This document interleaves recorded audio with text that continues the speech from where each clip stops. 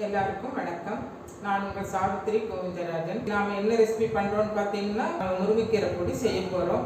பார்த்தீங்கன்னா வெறும் ட்ரையாக அதை வந்து பொடி பண்ணிங்க நம்ம தனியாக வச்சுட்டோம்னா சூப்பு இந்த மாதிரி ஐட்டத்துக்கு மோர் இந்த மாதிரி எல்லாம் போட்டு கலந்து குடிக்கிறதுக்கு ஒரு வகை செய்ய போகிறோம். இப்படி வாங்க அதை எப்படி செய்யலான்னு பார்க்கலாம்.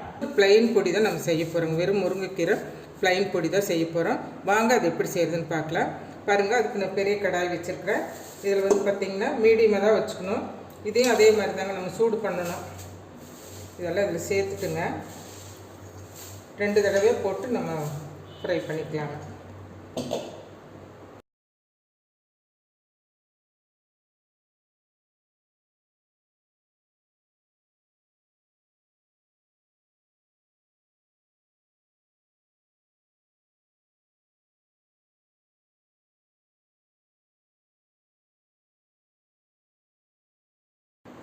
பாருங்கள், முருங்கைக்கீரை நல்லா ஃப்ரை ஆகிடுச்சுங்க. பாருங்கள், உங்களுக்கே நல்லா சத்தம் கேட்கு. இந்த மாதிரி முருன்னு நல்லா அவங்க வறுபட்டுறணுங்க.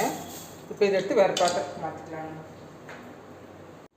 பாருங்கள், நம்ம வந்து முருங்கைக்கீரையை நல்லா ஃப்ரை பண்ணிங்க, நல்லா ஆறிடுச்சுங்க. இப்போ இதை வந்து நாம் மிக்சியில் அரைச்சி நான் பவுட்ரு பண்ணிட்டு வரேங்க. நம்ம பிளைன் பொடி பண்ணணும்னு சொன்னோம் இல்லைங்களா, முருங்கைக்கீரை பிளைன் பொடி. இது வந்து பார்த்திங்கன்னா இந்த பவுலில் ஒரு பவுல் இருந்ததுங்க. இப்போ நம்ம மிக்சியில் அரைச்சதுக்கப்புறம் பார்த்திங்கன்னா இவ்வளோதான் வந்துருக்குதுங்க.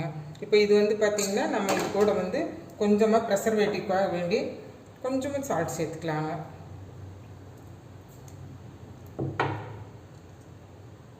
கொஞ்சம் மஞ்சள் சேர்த்துக்கலாங்க. கொஞ்சமாக ஒரு பிஞ்ச் இருந்தால் போதுங்க. சேர்த்துட்டு இதை நல்லா மிக்ஸ் பண்ணிவிட்டுங்க. இதை வந்து பார்த்திங்கன்னா நம்ம மோரில் கலந்து குடிச்சிக்கலாம். அப்படி இல்லை அப்படின்னா நீங்கள் வந்து தண்ணி கொதிக்க வச்சுட்டுங்க இந்த பொடி 2 ஸ்பூன் போட்டுங்க.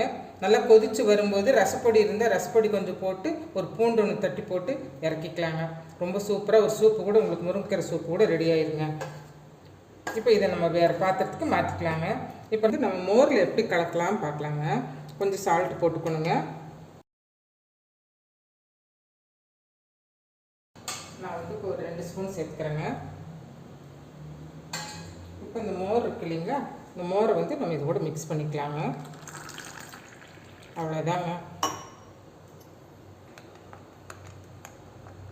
இது கூட கொஞ்சம் பெருங்காயத்தூள் சேர்த்துட்டா இன்னும் சூப்பராக இருக்குங்க.